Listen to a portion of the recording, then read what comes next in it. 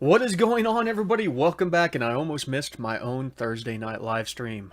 Head up the backside, totally lost track of time. Did not get the live stream posted, so there's only like 4 people in here right now, and people are starting to trickle in, So, sorry about that, guys. Normally, I try to get on the day before or so, get the stream set up. Hopefully, the audio's all right this time around. You know, after last weekend, it was kind of craziness. So, what is going on, everybody? Good to see lots, just nothing but familiar faces. We got Super Slow, Richard, Socrates, Steven, John, James. What's going on, brother? Intu's back, Mr. Black. Alfredo, what kind of plugs you recommend for a stock 4.8? Stock's not going to really matter. Just run the basic AC Delco plugs on that, Alfredo. Okay, no Darth Vader voice. Always sounds good in Australia, Andrew. Always. Gerardo, welcome. Thanks for tuning into the live show. Gotcha, Steven. That makes sense then. Hey, D&Z, good to see you guys.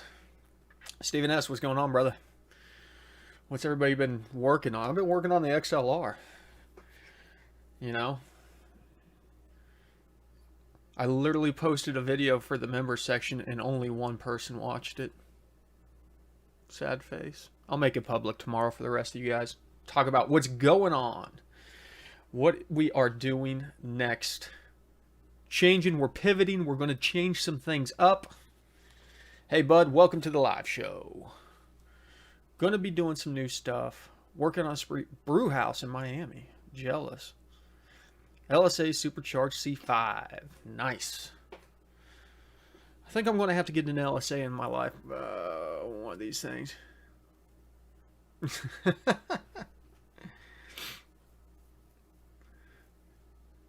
How do you disable the knock sensors on Gen 3?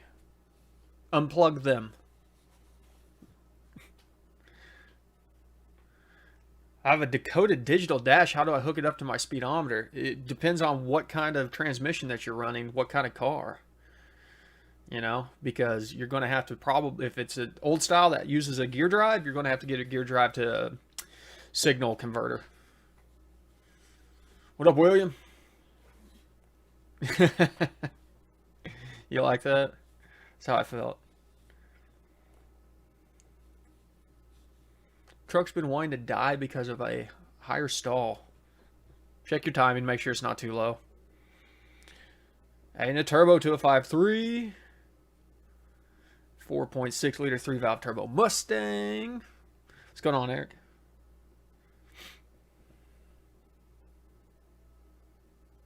Ooh, is there anything I can do about the OptiSpark? Heathen, I honestly do not know. Believe you can do bend tuning on those. James will probably chime in. He probably knows a little bit about optis.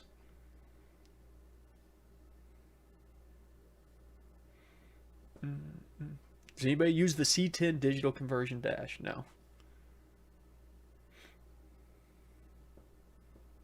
19 to 20 on cam, so that should be good. I mean, have you got your airflow dialed in down that low, super slow? You probably need to bump up your idle airflow tables. Turbo L83, how much power will LT4 pump and injectors doing E85? LT4 pump and injectors on E85 probably going to be looking around 550 to 600, maybe. Truck idled and drove great before the stall. Well, I mean, the higher stall just means that you have torque multiplication further out. And so, what did you say it was on? What year is this? Why does the Gen 5 LT1 show crazy false knock when you change the air mass scale in the spark table? What'd you change it to, Eric? That's interesting. I've never changed the air mass scale on that. I take that back. I think I have, but it's the nice thing about the Gen 5s. You can edit about all those tables. Never tuned, but my question is tuning a 6 liter with cam that has a tight LSA. Really difficult for drivability. Tight LSA, yeah. I mean, it can be because you're going to get a lot of overlap.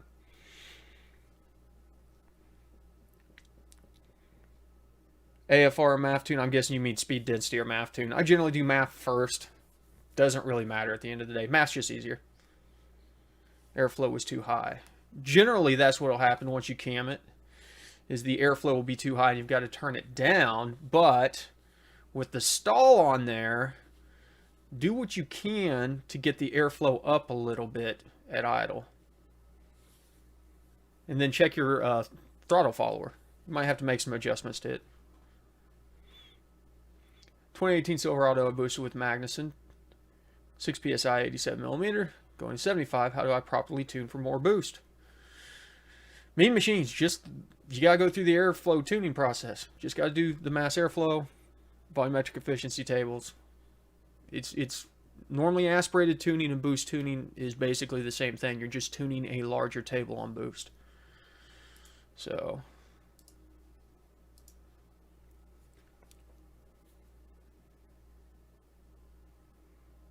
you know, WMR, I've heard a lot of good things about the Trailblazer SS intake, so seem to be the best factory one you can get.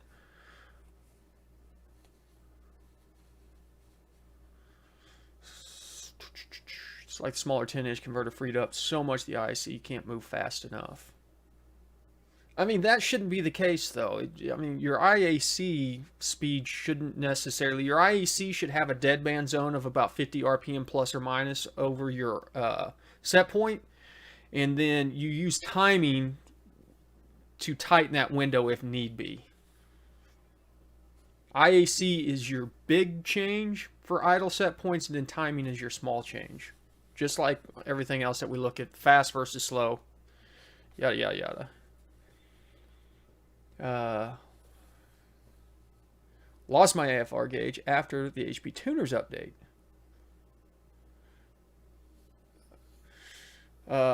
Michael, try with it plugged in, booting up, see if it shows up there, and then after that, double check your COM ports in Device Manager. Make sure you don't have more than one showing up. Delete any extras that you might have on there. Any tips on throttle follower settings? You know, no, Andrew. You just have to play around with it to see if it can catch it. You know, get too aggressive and your throttle will hang. Not aggressive enough and your throttle will dip below your set point too much.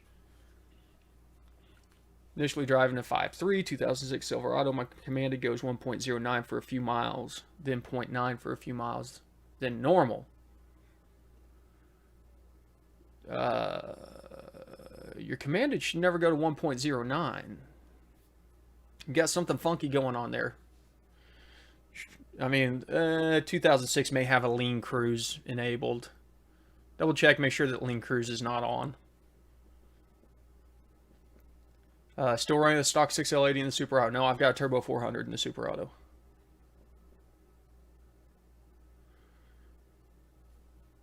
Yeah, and you may have to run it at 800 super slow. There you go. Into LS says on throttle following with torque, said it the same torque shows at idle. And above and below them blend up.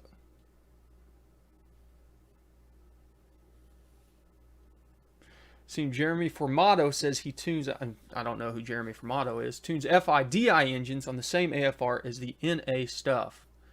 Well, okay, so you can tune leaner on direct injection. Now, I wouldn't necessarily go as lean as naturally aspirated on a DI motor. On a DI motor, power enrichment doesn't need to go much richer than 0.9, to be honest with you. But you hitting that 12.5 AFR, the 0.85 stuff, is not super critical, so you can float in between 0.85 and 0.9 and you'll be all right, because it's a lot less prone to detonation whenever you're injecting into the cylinder. Yeah, I mean, that's just one of those things, Andrew, that you just got to really play around with it. William Evans, the Nova. The Nova is decent. The motor is just completely shot right now. The thing just, it's so bad. You can whenever you crank that thing over by hand, you just hear air leaking past everything. So, Caltrac split monos came in today, so we'll be doing the leaf springs. We're going to put just Detroit Speed spring perches or spring buckets, the upgraded ones that have the nice bolt-in plate that goes through the body. What else are we doing? There's something else in there also. Oh, subframe connectors. Be doing subframe connectors. Getting everything... oh, Jeremy from Faster Proms. Yeah. I didn't realize that was his last name. Getting everything ready to go, and then we'll do a 9-inch conversion here in a month or so. Get the back end done on it.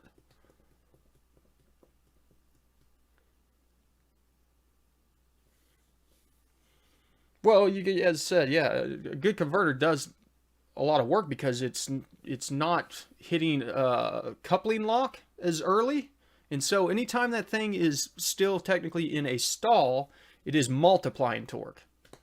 Now, once the coupling lock happens, not even the actual clutch lock, you're not multiplying as much torque.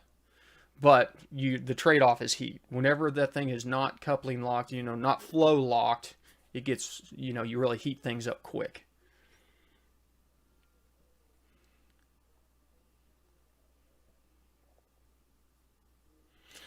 Kenneth, good question. I live in Tennessee. We have 30-degree temperature shifts from early morning to midday. I'm tuning VE right now. Will this cause my AFR to be on the rich side and cooler temp, the leaner side and warm temp? It can. Theoretically, it shouldn't, because there is temp corrections that go in there. Those temp corrections are not the most accurate, I don't think. They're kind of a broad swath approach where you paint with a big brush, and so you might see some fluctuations. What are we doing for the front suspension? Steven, I don't know. I put on the big block springs whenever I was doing the brakes, and so it looks like a gasser right now. It rides about 4 inches higher in the front than it does the rear. But I'm not super concerned about the front suspension right now. We'll circle around and do probably a QA1 coilover on it. What's going on, Kyle? Hey, Wallace. 64 Chevelle Super Sport. Well, I know it's different. I put rack and pinion on it. Should I change upper and lower A-arms or just use the stock ones? Depends on what you're trying to do, William. I mean, that's kind of outside the realm of what we talk about on here, but I'm always down to talk about 64 Chevelle. There's benefits in certain different aspects as far as weight savings if you're worried about unsprung weight. Well, I guess A-arms would technically be considered sprung weight. Then, a lot of it is adjustability on the factory ones versus aftermarket ones if you're having caster camber issues, things like that. No, Eric. What's going on, Dirt Floor? Any info that would help swapping LS3 injectors into a P59 LS6? Francisco, you should be able to copy most of the data over. There might be a couple tables that are scaled differently. Just do your best to scale them for the new tables. Look for correlations in between the two. What would be the cutoff for running speed density only versus having a MAF in a boosted application? The cutoff on speed density is going to be 3 bar because your ECM most likely is not... Oh, Gen 3 411. What's the 411 patch go to? 3 bar? Surely they got 3 bar in the 411, right?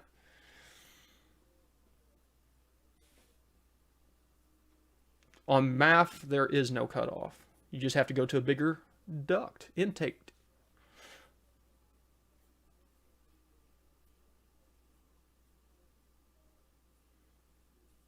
Oh, there you go. Francisco James says there is a spreadsheet specifically for running LS3 injectors on the LS1 on the HP Tuners forum. My guess is if you search HP Tuners LS3 to LS1 injector, it will pull up.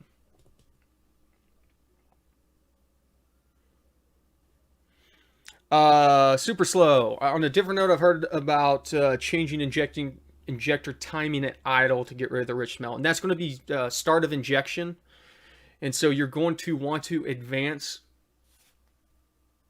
retard start of injection. Make start of injection bigger.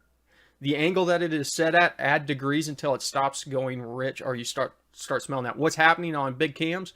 The injectors start while the exhaust valve is still open. And say if you're starting injection at 540 degrees, take it out to 550.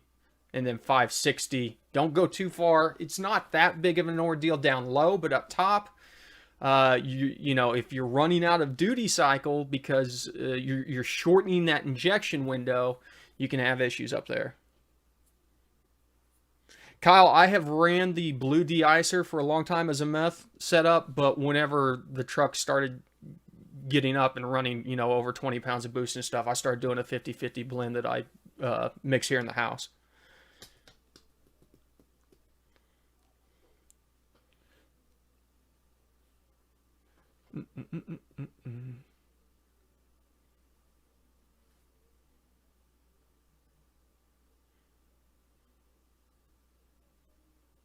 What parts are needed for traction control on the Holly HP? Drive shaft speed, strange yoke. What do I do for front wheel speeds? So, yeah, T-Web, you've got to have a driven speed and an undriven speed for it to do a comparison of. And I'm trying to think off the top of my head. End of injection timing is the wrong side of it. That's, you're not as concerned about it. You're starting injection too early while the exhaust valve, you're on the exhaust stroke. So the exhaust valve is open, it's pushing the gases out, and it's allowing fuel to get in at that point in time because that valve's held open later. T-Web, I have searched and not had much luck looking for an undriven wheel speed sensor setup. I'll do some research. Come back if you find something and let me know, because I'm thinking the same thing about how I could do it. How much power will the 6L80 hold if staying on the street with not beating on it too much? You know, they're stout. They'll hold 600, 700 probably, as long as you're not beating it on it too much.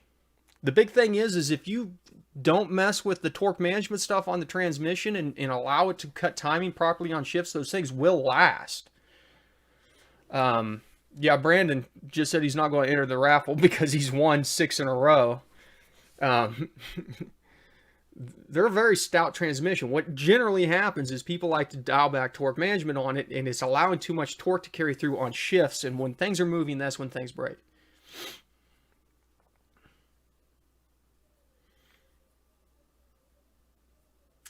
How do you keep closed loop from adding fuel at lower RPMs? I mean, outside of, you should just be disabling it during the tuning process. Then whenever it's done, you know, you can use your wideband to dial in your narrow band. I'll do a video on that here soon.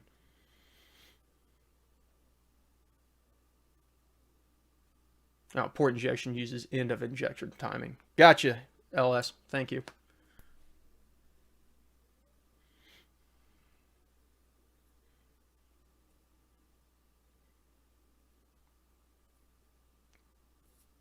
Without wideband? Don't do it without wideband. You can't do it without wideband.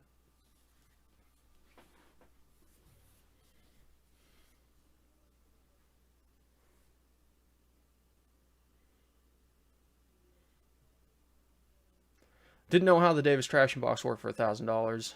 You still need the rear sensor. Hollyweight paywall doesn't work for street racing on the fly. No. Hey, Kenneth, appreciate it, brother. Like to hear it. Thanks for stopping by the live show.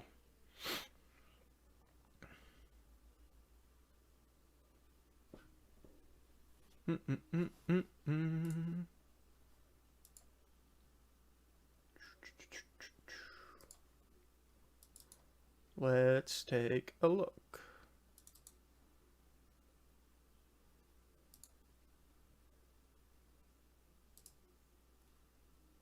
Okay, so I'm looking at a late E38. Why is my screen not popping up?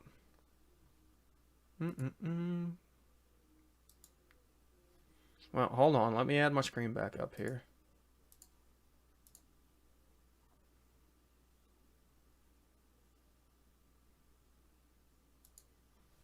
There we go. Boop. Go back there. I disappeared. Okay. Here's an E38. Injector timing. We've got boundary on this one. So this is what I'm talking about. This is your boundary angle. Need to raise this angle up. Just start a couple degrees at a time. We can look at some earlier stuff. Early E38. No, see, it's boundary timing also. So maybe it's only the third or 3.5 gens. E40, it's boundary.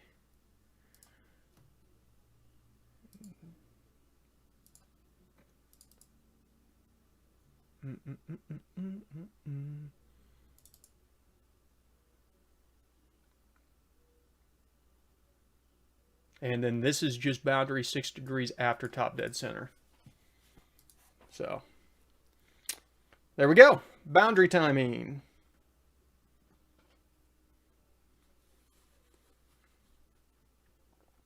If you've heard of anyone snapping a rear axle on an A8 when it shifts to second gear. No. I have now.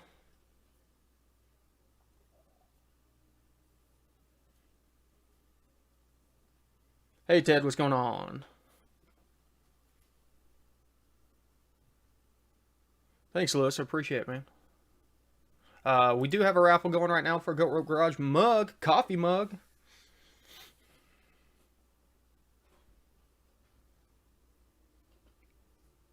Well, the idea, as I said, is that you don't inject while the exhaust valve is still sucking plenty of air out because of that huge duration that you got now.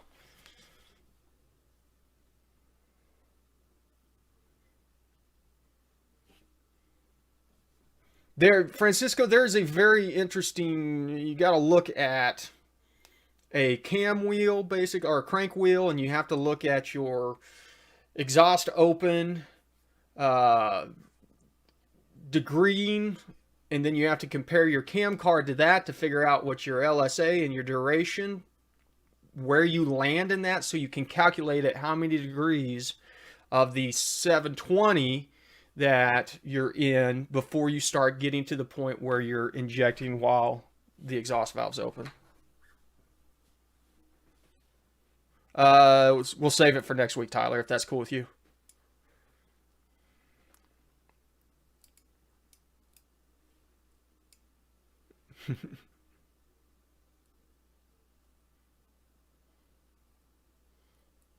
Speedwino. I've not even looked at those. I'll check it out, though. How do you properly monitor and make sure you're not running out of fuel on a Gen 5? You got to look at the pulse width. And know closer to the red line that you're probably going to have about 6 milliseconds to inject in. There is a way that you can calculate the formula based off of RPMs. It gets very, very in-depth of knowing how small that window is. Once again, you've got to have an idea of how many degrees you have in a period per revolution. Calculate that down to the millisecond. But rule of thumb, 6 milliseconds.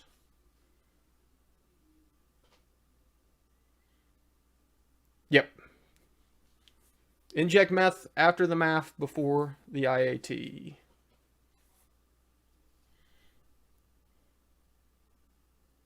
Ray Johnson, 300300 is the default go-to AEM wideband.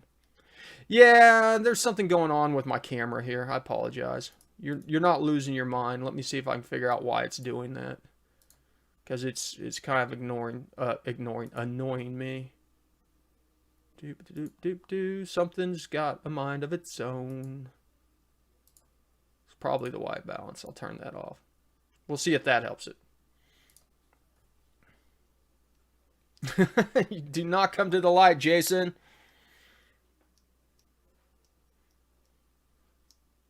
How badly does it affect sensor life if you spray through the MAF? I can't, there's like no way to quantitatively say, hey, it's going to cut half its life off. It will eventually kill the mass airflow sensor, though. Ryan McElhenney, do you know of a program in the market to edit the BCM on a GM? If I knew of one, I would have done multiple videos of it, because I've been wanting to do some BCM editing myself. But, no. Everybody that does BCM stuff, it's all custom because they're having to break down binaries and make edits on the binaries. And even to get the software to be able to pull the binaries from the BCM is kind of out there. Oh, the IAT, Michael. You know, you'll kill the IAT if you're using the standard IAT, but they're cheap enough. Just keep an eye on it. Whenever I was driving the truck a lot more, I would go through about one a year, so not too crazy. Have you ever checked out the Tuner Nerd knock detector? I can't even talk. Tuner Nerd knock detector. Tuner Nerd knock monitor. Knock monitor pro.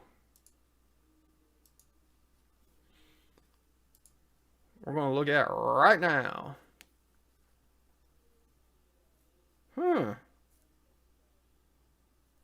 Well, that's not too bad either.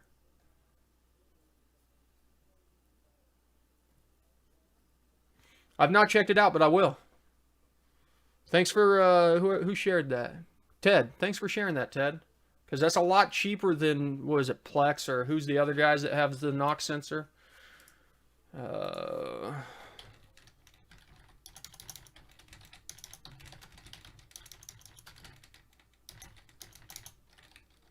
Doop-a-doop-doop-doo.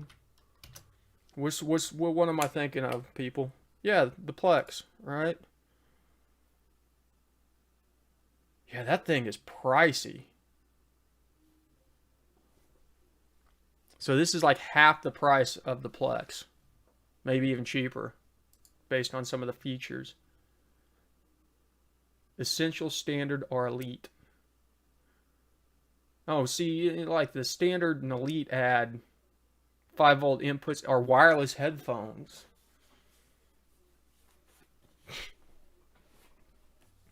Haha, Ross.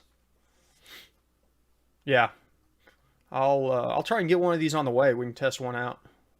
Probably just go with the essential because don't really need much more than that. I don't care to bring in the map or the AFR on here.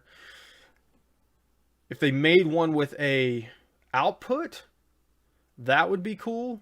It's got inputs. It'd be nice to have an output that you could scale and bring in on an analog channel on the scanner or something.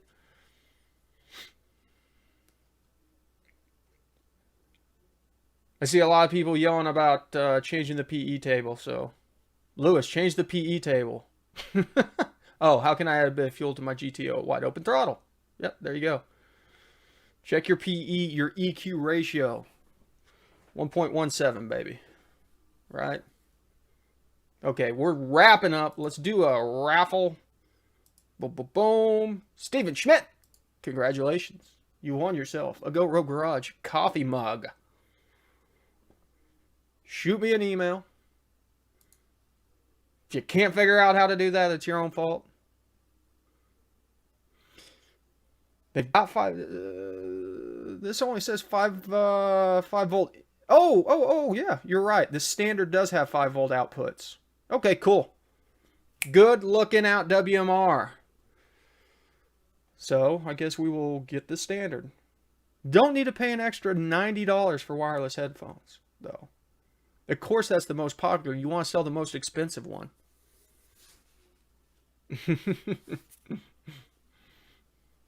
Oh, by the way, Saturday, this coming Saturday, live tuning session, Gen 4 platform.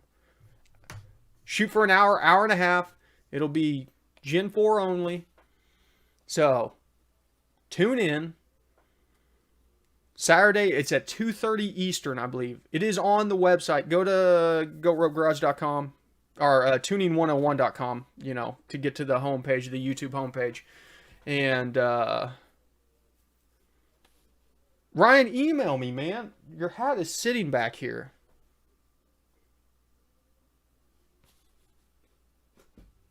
Shoot me an email. Emails get lost in the shuffle.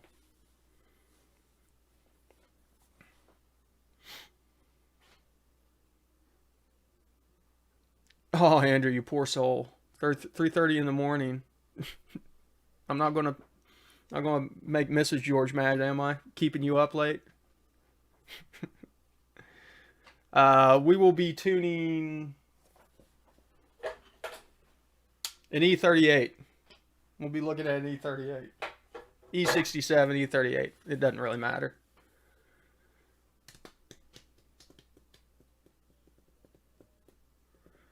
I will do, for you Australian guys, next time I will do it later. I'll do it at night or something. The problem is Saturday night.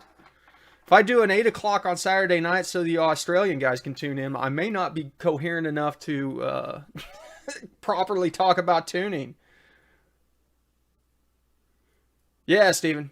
Hit me up. Find the email on the website.